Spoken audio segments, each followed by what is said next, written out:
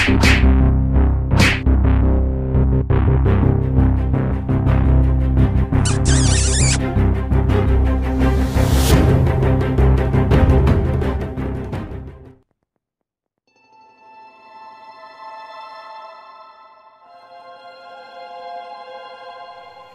guys, kembali di Diah Tomblok Channel bersama saya Penny di segmen Tragis Cerita Magis.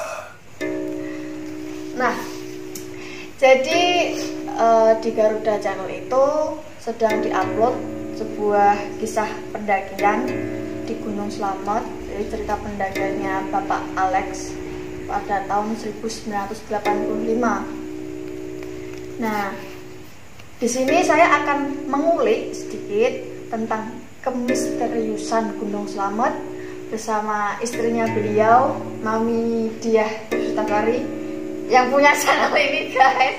Jadi karena beberapa saat yang lalu itu Mami diajak sama Bapak buat nanjak lagi di Gunung Slamet sembari Bapak mengenali dua temannya yang meninggal. Nah, waktu pendakian itu Mami juga ngalamin peristiwa-peristiwa ini enggak ya? Mistis enggak ya? Banyak. Nah, penasaran kan? Saya juga. Oke, sebelum itu aku mau tanya dulu nih. Apa kronologinya kok bisa ikut atau tiba-tiba nanjak ke Gunung Slamet tuh gimana? Ya gini. Karena suami pendaki, jadi kayak kena virus, jadi ikutan suka mendaki. Dan gunung-gunung di Jawa Tengah itu sudah semua didaki, tinggal satu yang paling tinggi itu Gunung Slamet kan gitu. Kalau pendaki itu belum afdol, kalau pendaki Jawa Tengah ya belum afdol kalau belum sampai di atapnya Jawa Tengah kan, seperti itu. Nah, begitupun mau naik itu takut Cik. Jadi karena dengar cerita dari suami, terus baca kisahnya yang ditulis di Facebook itu kan aku yang kumpulin kan. Itu baca ceritanya itu juga aduh, kayaknya kok serem gitu ya. Tapi ya namanya kita belum sah kalau belum di muncak ke Slamet ya. Oke, ke sana waktu itu kalau nggak salah Desember 2018 kalau nggak salah, itu suami, aku sama dua murid kakak beradik cowok cewek, yang satu umur 13 tahun, yang satu umur 11 tahun. Berarti Mami bawa anak-anak kecil? Iya, anak-anak kecil gitu kan. Ya kalau dari segi pengalaman ya masih belajar, tapi kan ada beliaunya yang sudah beratus-ratus kali mendaki kan. Jadi berpikir akan baik-baik saja lah, nggak ada apa-apa gitu kan. Kalau kita niatnya baik itu pasti Tuhan juga akan memperlancar pendakian kan gitu. Nah, perjalanan dari rumah itu kan naik mobil. Nah, kebetulan suami kan nggak bisa nyetir, otomatis sopirnya jadi driver sekalian driver lah itu. Nah, waktu sampai di kawasan sana itu kan ada tulisan base camp itu kan. Rencana kita memang mau mendaki ke Slamet itu via Bambangan. Nah, sekarang kan akses cari mau naik kemana gitu, klik medannya kayak apa, base campnya di mana dan lain sebagainya itu kan di internet banyak kan. Oke, Google. Nah itu rencananya itu lewatnya Bambangan. Nah, entah kenapa waktu itu jalan ada tulisan base camp itu kayak nyetir tuh kayak ada yang belokin gitu loh. Kayak ada yang belokin gitu lah, belok ke kiri. Nah, ternyata sampai di itu bukan base camp Bambangan, beda jalur, base camp Gunung Malang. Nah, kalau Slamet kan terkenalnya kan memang Bambangan kan. Nah, itu tuh base camp Gunung Malang. Dan waktu sampai di base camp itu nggak seperti base camp yang lain. Kalau yang lain kan rame pendaki apa itu yang mau itu tuh nggak ada. Dan ternyata begitu sampai di base camp itu ada orang base camp itu cerita pernah ada kejadian kecelakaan itu dan penduduk sana itu menemukan tas merah itu dan isinya itu era tahun 85-an itu tahun 80-an. Jadi ada uang, ada apa itu pakaiannya itu masih lengkap ya. Itu dan nah di situ suamiku cerita sama itu apa orang-orang base campnya itu dan kan suamiku waktu itu turunnya itu kan lewat desa Limpak Tepus ya. Iya, Limpak Tepus. Aku juga sempat baca sih soalnya itu. Dan kecelakaannya itu kan di apa ya? Lemberan. Lemberan itulah. Itu padahal kan dua punggungan bukit dari Gunung Malang itu gitu loh. Ditemukannya di situ.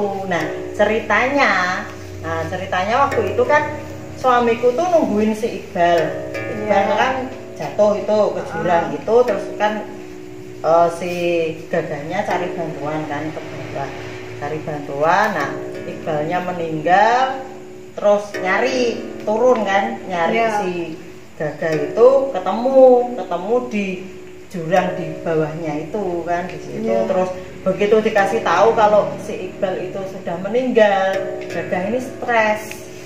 Iya mesti terpukul. Soalnya ceritanya suamiku itu ini pendakian gagah yang paling sedikit gitu loh. Kalau Iqbal itu kalau nggak salah 8, yang ke-8, terus suamiku yang ke-13, si gagah itu yang ke-4. Berarti kan pengalamannya masih minim dibanding yang lain kan. Itu stres teriak terus katanya udah kita meninggal aja di sini, kita mati bersama-sama dan lain sebagainya kayak gitu kan. Terus marah terus pergi terpisah dari suami. Nah terus paginya itu dicari nggak ada kan gagahnya itu semalaman teriak kayak gitu terus paginya itu dicari itu nggak ada dicari jejaknya kalau ke kanan atau ke kiri itu kok nggak ada jejaknya kalau naik kan nggak mungkin ya kan soalnya kan ini jurang lah kan ketemunya kan di jurang bawahnya lah Iqbal meninggalnya kan di atas ini. Nah kalau naik kan juga nggak mungkin, emangnya mau terbang. Soalnya kan itu katanya hutan-hutan memang hutan di situ aku nggak tahu waktu itu ya. Nah yang terakhir aku ke situ kan juga lebat banget kan hutannya itu kan nggak mungkin ke sana. Nah prediksi suamiku kan itu si gagah kan turun. Nah turun akhirnya suamiku turun terus waktu ketemu sama tim SAR itu dikasih tahu kalau si gagah ada kemungkinan naik ke situ ke tempat Iqbal meninggal itu. Malah naik. Kalau karena turun itu kan nggak ketemu. Nah berarti mungkin naik kan gitu. Cuman kan yang heran itu yang aneh kan kalau naik itu kan jurang tebing gitu lah itu naiknya gimana kan gitu kalau turun kok nggak ada. Saya ya nggak mungkin kalau turun pasti ketemu kan. Nah berarti kemungkinan kan naik lah. Tim SAR-nya itu dikasih tahu sama suamiku dan tim SAR-nya memang mencari ke area Iqbal meninggal itu menemukan tasnya si gagah ditemukan di situ dan gagahnya nggak ada. Ketemu gagah cuman tasnya tok. Iya maksudnya kan itu jurang naik aja tuh logikanya kan nggak mungkin gitu loh guys, kita kan emang Spiderman bisa tiba-tiba merayap gitu kan, tapi kok faktanya buktinya tas di situ. Tim SAR menemukan tasnya si gagah itu ada di situ di lokasi Iqbal meninggal. Nah selang beberapa tahun kita tahunya itu waktu di basecamp Gunung Malang itu. Nah orang basecampnya cerita kalau penduduk sana itu menemukan tasnya si gagah itu di dekat kebun penduduk. Aneh kan nih, merinding nih. Aduh sumpah.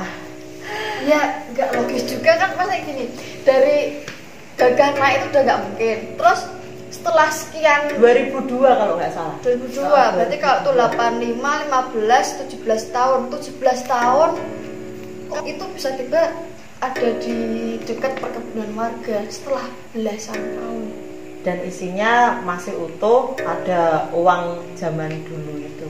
Nah, dan memang waktu di base camp itu di cross check sama, karena orang base campnya kan begitu tahu ini yang selamat gitu kan, suamiku yang selamat kan seneng kan ditanya-tanya, di cross check gitu.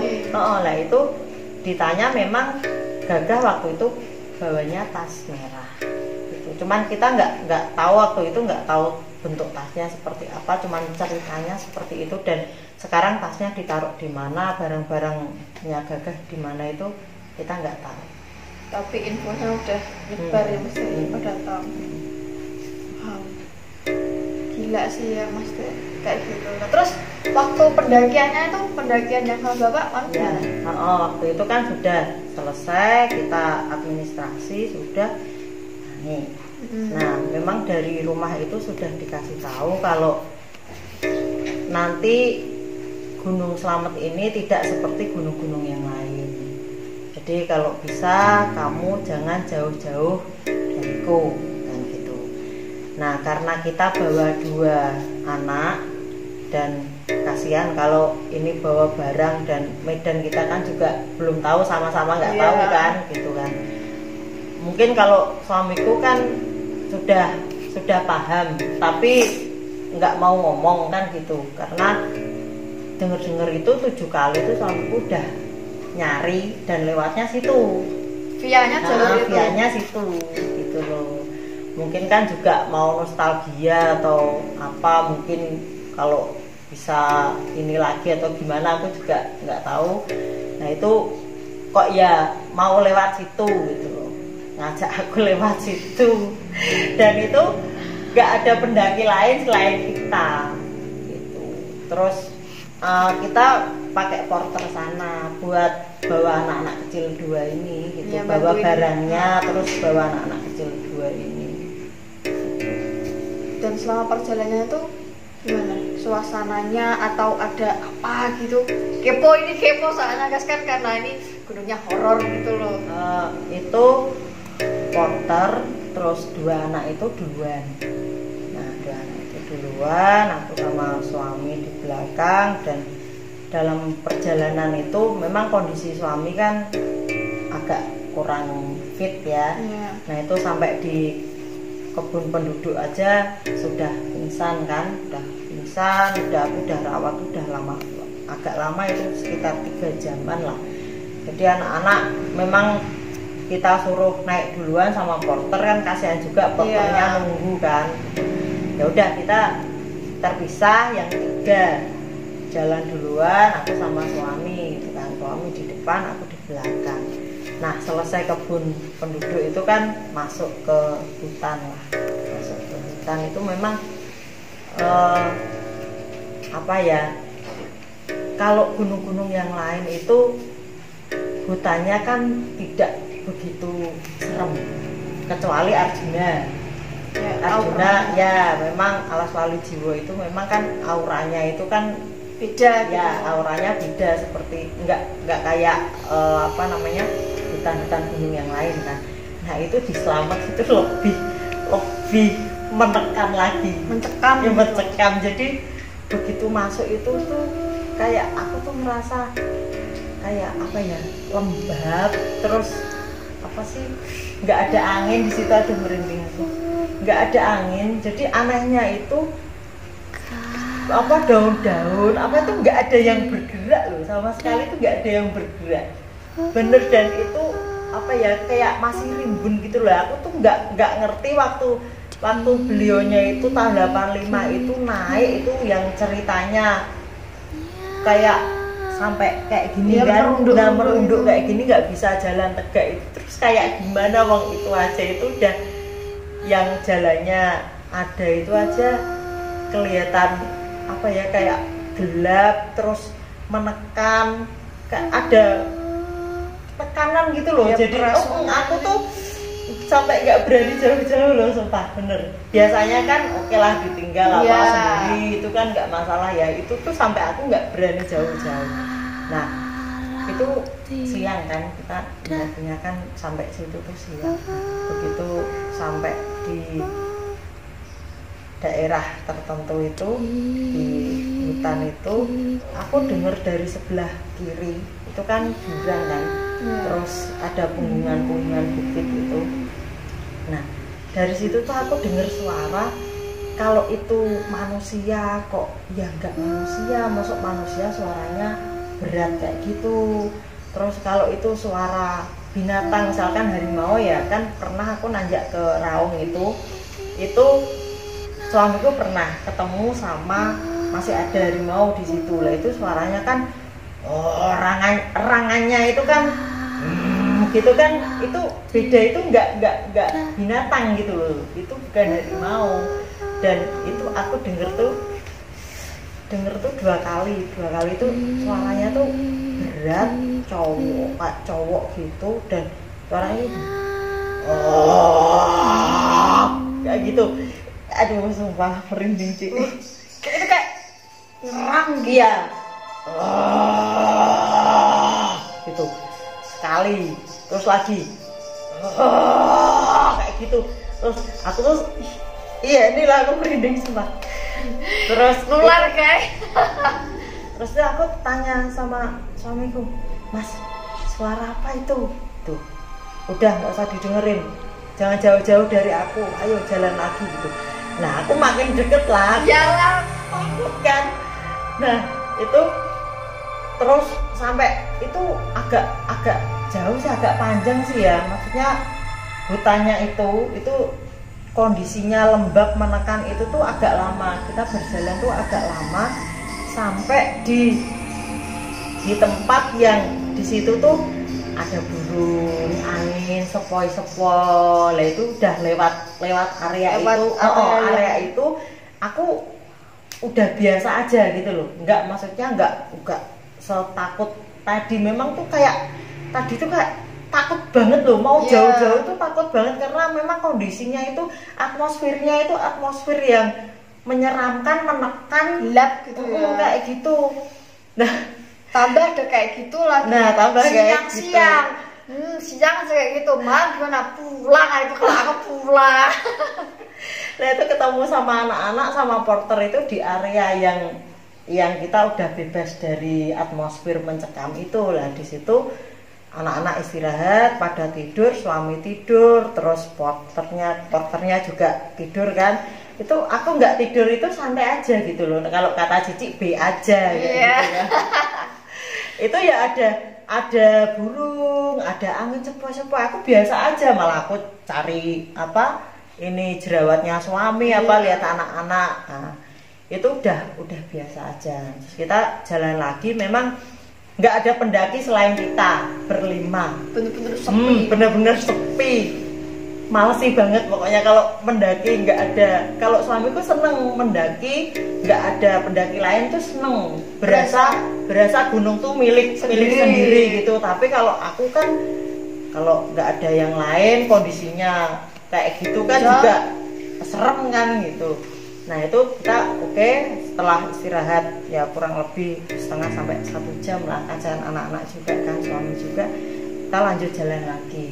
Nah jalan lagi itu sampai di pos 3 Gunung Malang itu udah maghrib, sekitar jam 6-an lah, sekitar jam 6 sampai di situ. Terus porternya bilang kalau naik lagi kondisi gelap kayak gini takutnya kalau ada apa-apa kan gitu. Terus di pos 3 kan juga ada area yang untuk ngecamp, itu cukup buat mungkin 3 tendanan lah mungkin ya. Enggak, tapi enggak terlalu luas juga Ci. Itu kita kita putuskan kita ngecamp di situ. Kita bikin 2 tenda kan. Terus nah waktu sampai di situ, waktu porter itu bikin tenda, itu tuh aku nyium bau kembang Ci. Apalagi ini sumpah itu aku denger, aku cium bau kembang itu, tapi aku mau ngomong tuh aku takut karena kan pengalaman yang tadi itu aku kan nanya, Mas itu apa? Udah diem aja, yuk jalan lagi lah. Itu kan aku kalau mau ngomong lagi kan aku takut kan. Takut nanti kenapa-napa. Nah, aku diem aja, tapi aku nyium, aku bantuin mas porternya bikin tenda itu tuh sambil nyium, bau apa ini gitu kan. Dah nggak karu-karuan, perasaanku nggak karu-karuan.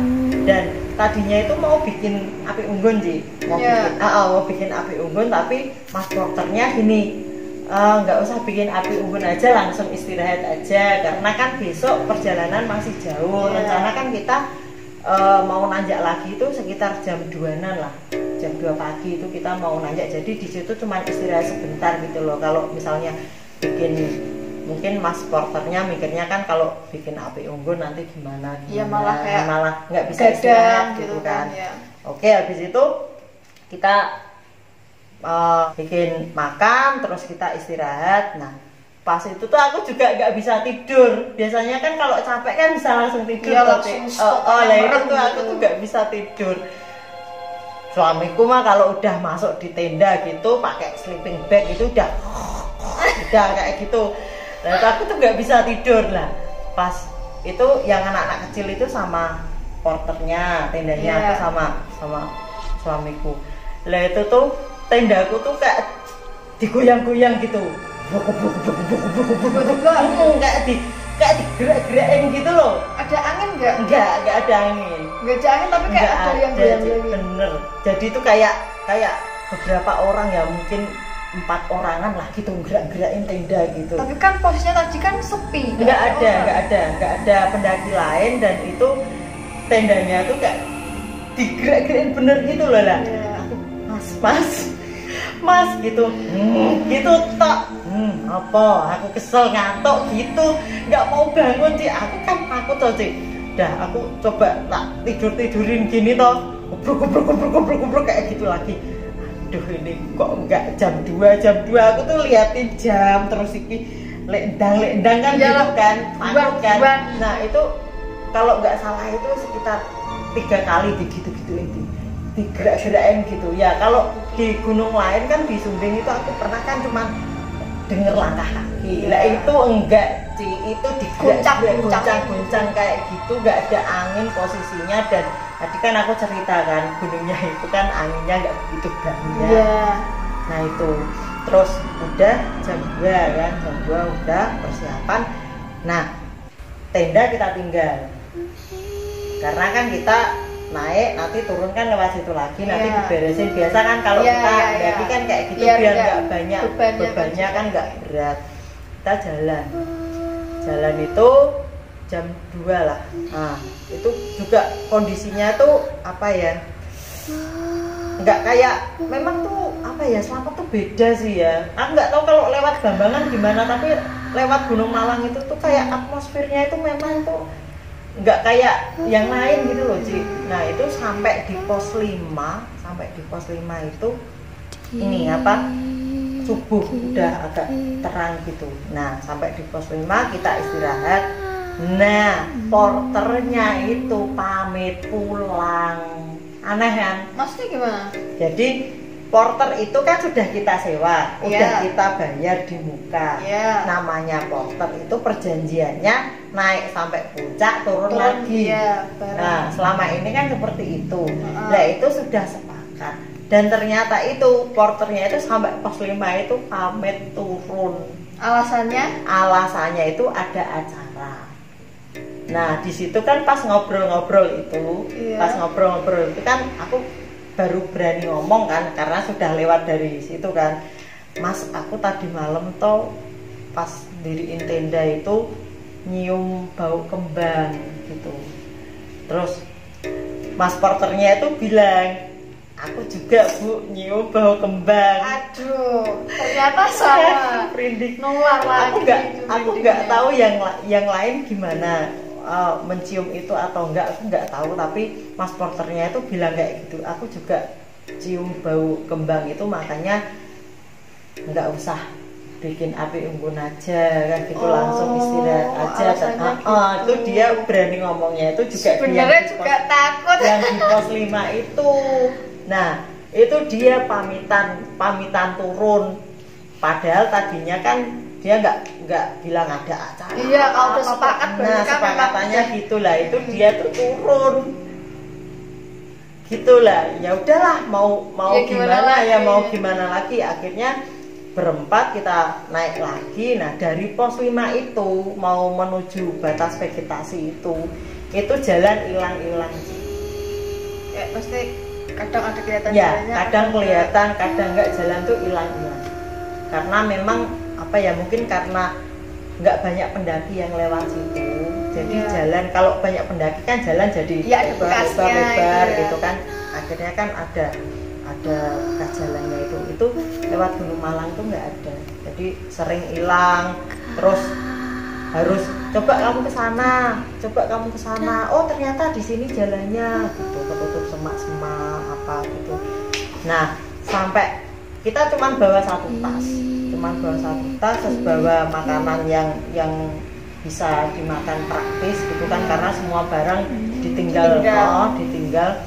Nah naik sampailah di batas vegetasi itu, ya kan. Sampai di batas vegetasi kita istirahat, kita makan dulu.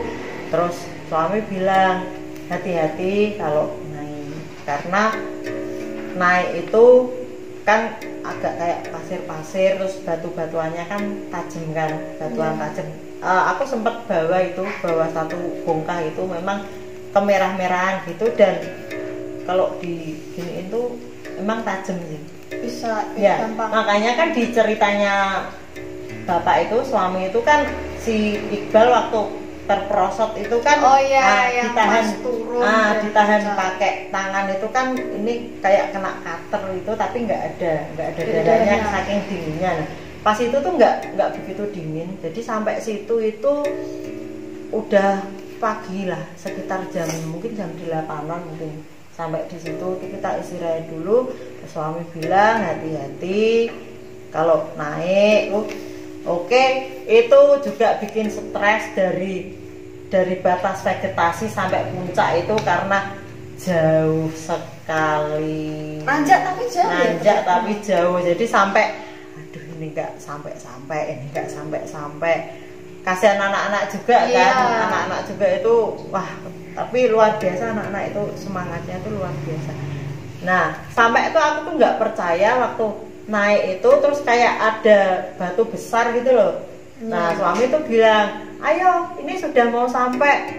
Alah enggak, soalnya dari tadi ya kayak gitu terus kan gitu. Ternyata memang bener begitu naik sedikit di batu besar itu, naik sedikit ternyata itu memang sudah lokasi puncak ya, sudah puncak di situ. Dan waktu itu juga nggak begitu banyak sih yang di puncak itu, mungkin karena kita sampai di situ tuh jam 2 siang.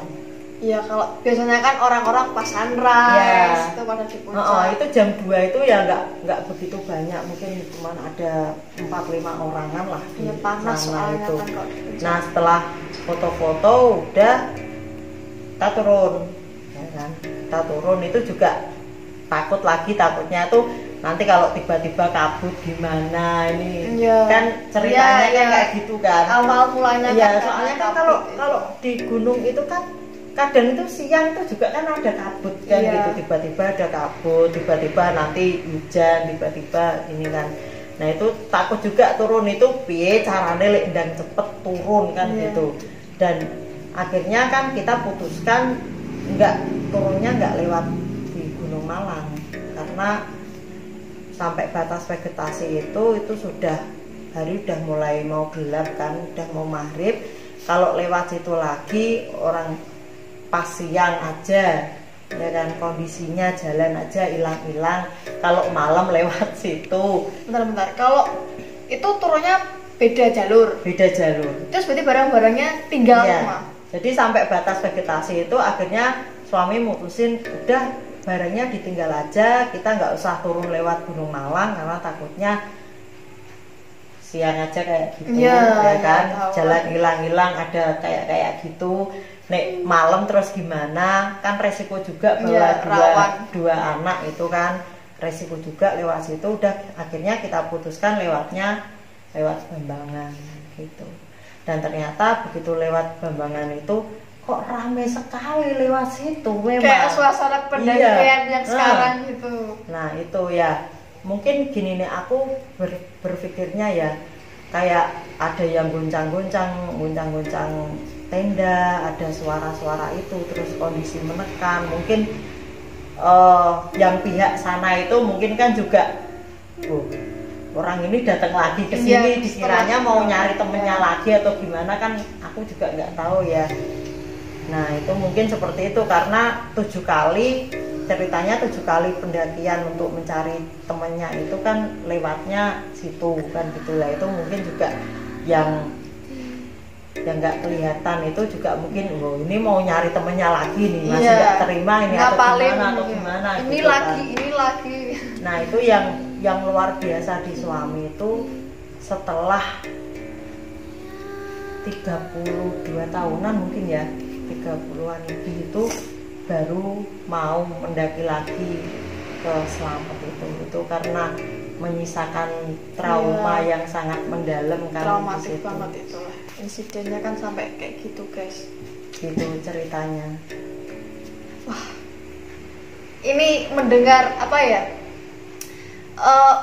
pendakian yang maksudnya kan di era yang udah modern lah, udah beda dari zaman dulu itu, peristiwanya kayak gini. Coba ini dibayangkan waktu tahun itu guys, aduh, yang ini aja aku tuh mau pulang. Jadi kayak gini tadi ceritanya dari Mami guys. Oh ya, ini kalau karena peristiwa kayak gini tadi ya, sorry. Kalau Mami pengen ulang lagi nggak? Penasaran mau mengulang peristiwa-peristiwa misteriusnya gitu? Kalau ditanya mau mengulang lagi ke Slamet atau enggak, nek sudah pernah ke sana kan pasti aku udah pernah ke sana, wes ngapain mau ke sana lagi kan gitu. Ya, cuman kan aku masih ada PR. Jadi anakku itu yang Akio itu kan belum pernah ke Slamet. Jadi ya mau ada pengalaman mistis, ada pengalaman traumatik Suami atau bagaimana, itu tetap nanti kita suatu saat pasti ke Slamet lagi. Yang penting niat kami kan tidak mau apa-apa gitu kan. Niat kami memang membawa si Akio itu sampai ke Slamet. Ya karena kan Slamet juga gunung paling tinggi berarti kan di Jawa Tengah kan, pasti kan juga pengen bawa anaknya sampai gunung. Mungkin tidak dalam waktu dekat ini karena si Akio kan juga Jawa Tengah yang belum itu Merbabu sama Sumbing. Mungkin nanti Merbabu dulu, Sumbing baru itu, ya baru ke Slamet. Iyalah, karena kalau mau mendaki ke Slamet lagi pun dengan cerita seperti ini tuh juga harus benar-benar prepare gitulah biar lebih aman gitu. Gimana guys? Auranya nyampe nggak? Aku dari tadi merinding loh beberapa kali loh. Gini, kalau bisa di close up nih, naik semua ini bulu kuduku, tahu nggak sih? Duh. Ya kalau aku sih dari cerita peristiwa kali ini tuh, alangkah baiknya kalau kita itu memang jangan terlalu memaksakan kehendak, memaksakan diri, apalagi ini kan gambling, maksudnya terlalu bermain-main dengan keselamatan. Jadi kalau dengan keputusannya Mami dan Bapak Alek kayak meninggalkan tenda, merelakan peralatan-peralatan lainnya di via Gunung Malang itu demi lewat ke jalur Bambangan tuh keputusan yang bijak lah, karena kan bawa anak kecil juga demi keselamatan bersama. Memang kita harus lebih berpikir ke depannya baiknya tuh gimana. Nah, kalau kalian juga pengen tahu tentang cerita-cerita magis lainnya ketika melakukan pendakian, tonton terus di Diah Tomblok Channel segmen tragis cerita magis. Sampai jumpa.